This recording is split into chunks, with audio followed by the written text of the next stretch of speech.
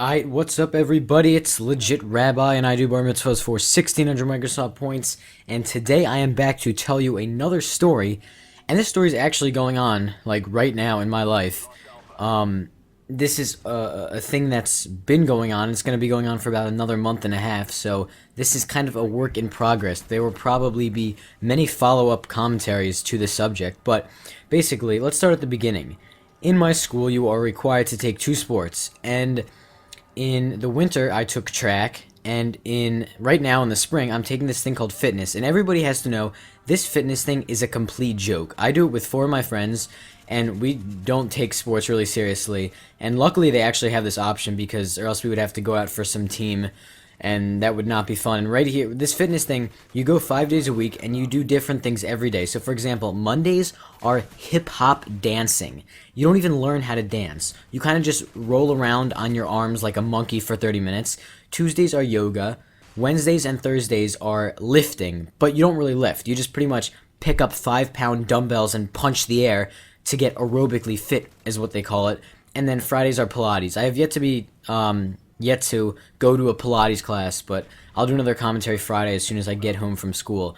And just think about it. If you were the principal or like the superintendent of a school or a school district, putting a sports requirement is just pretty much saying, hey, look at our school. We have a bunch of fat, overweight, unathletic kids, so we're going to make them go out for sports. Because if you had a school that had a bunch of athletic students, they would just go to all the sports that they're good at, and you would have balanced teams, almost like in Black Ops.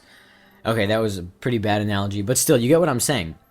So this thing, fitness, all we do is pretty much just screw around and make jokes the entire time. And it's basically, like I said, for unathletic kids or kids that are just too lazy to do anything else, like my friends and I.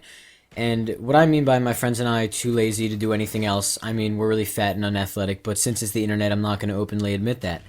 And so this specific commentary is going to be about the yoga, and I'll do follow-up ones on yoga and the hip-hop dancing, but right now, this yoga teacher that we have is probably the weirdest part about the entire yoga session, because it's not even real yoga.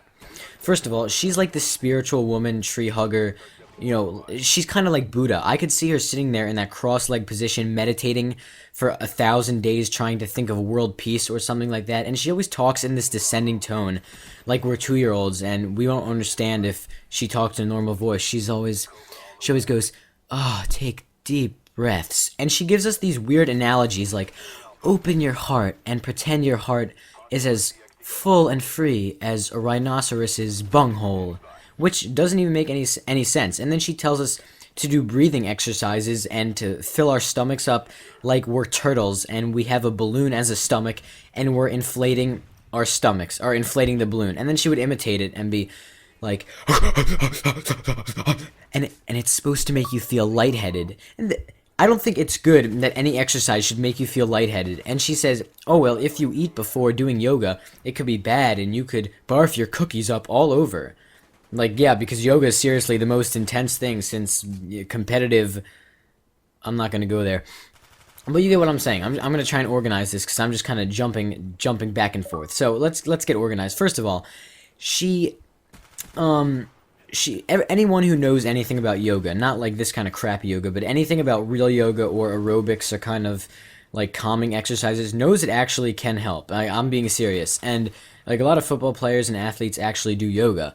And she always thinks that people are making fun of her. I've never seen anyone so self-conscious before. Everything that comes out of her mouth, she has to defend herself.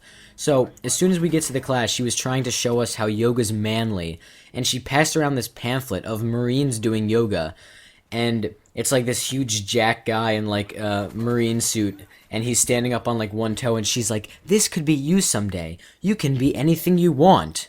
Like when you're 2 years old and your parents tell you can be president or something like that. This is pretty much, she was trying to decide our lives for us. And she always has to defend it. Like no one was actually making fun of the class. That's just how she created it in her mind. And then she goes on, and we're doing this weird bending exercise where you're like exhaling and bending to the side. And she goes, this exercise is very good for the core. You need to have a strong core to play sports such as... And out of every sport she could have chosen, I thought she was going to say basketball, soccer, football. She says horseback riding. Now I'm no Smarty Jones, but I'm pretty sure that you don't. There are no requirements to be a jockey. You just have to be a male, short, and under 80 pounds. So like Ryan Seacrest, but that doesn't even make any sense. She always is relating everything to horses, and when we're doing breathing exercises, she tells us to exhale our nostrils so it looks like a horse. She goes, you know when a horse is running, how its nostrils are flaring. Like no, we don't actually study footage of horses. Like, oh, sorry, I don't go on YouTube and horse commentators. She's just weird, and um, so then I don't even know how we got on this subject. She always goes off on random tangents. I guess we were trying to clear our soul, and she was telling us that clearing our soul is important, right? And she was telling us that people who are brain dead can't get in touch with their inner soul because they're brain dead, obviously. And then she goes, no offense, and then X, Y, and Z making fun of brain dead people. And to be totally honest, no one in the class was laughing. I mean, just because you say no offense doesn't make it not offensive. That's like, I go into McDonald's and I'm like, no offense, but all you guys are extremely fat. Why don't you go shove this burger up your ass, you fat ass? Here, how about another free milkshake, fatty McFat? Oh, but no offense.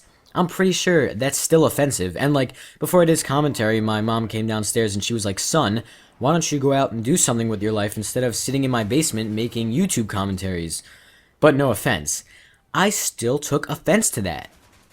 And she comes around and she's always telling us things like, do you have to do that or are you okay? So for example, we're doing this one exercise and I'm just rolling around like a dead possum that's just been hit by a truck, and some kids are coming over to take photos and put them on their Facebook. And she comes over and she's like, are you okay? Do you have to do that? And you know, sometimes when you're misbehaving, a teacher will make a wise joke or something to make you realize the problem of what you're doing wrong. I seriously think she's spiritually, mentally ill. She always thinks we have a disorder. She asks us if we have to do something. I mean, because God forbid we could be like, oh, excuse me, miss, don't make fun of me in front of my peers. I have a rare rectal disorder that causes me to not be able to do your exercise, and my anus could explode into 1,000 pieces of glass that looks like Bob Marley playing Three Little Birds. So, in conclusion, you're probably thinking, Rabbi, why are you complaining? You're in a yoga class with a bunch of hot guys. Sweaty hot guys. No, they all look like Ronald McDonald, or the Hamburglar, because Ronald McDonald's not that heavy. The Hamburglar, really, because he's purple and he dresses up and steals kids' hamburgers. Alright, anyway, I'm just going to end it right now. I hope you guys enjoyed. If you did, please rate the video. If you're watching this on my channel and we can get 300 likes, that would be awesome, and I really appreciate it. And if you're watching it on another channel, please come check out the link in the description for more life stories. And Friday, I will have a video on Pilates. I'll have to bring my pad and paper to take some notes on that, because that'll be good. And I will definitely be doing some follow-up videos on fitness that is going to be going on over the next month. So I hope you guys enjoyed it, and I'll see you guys later.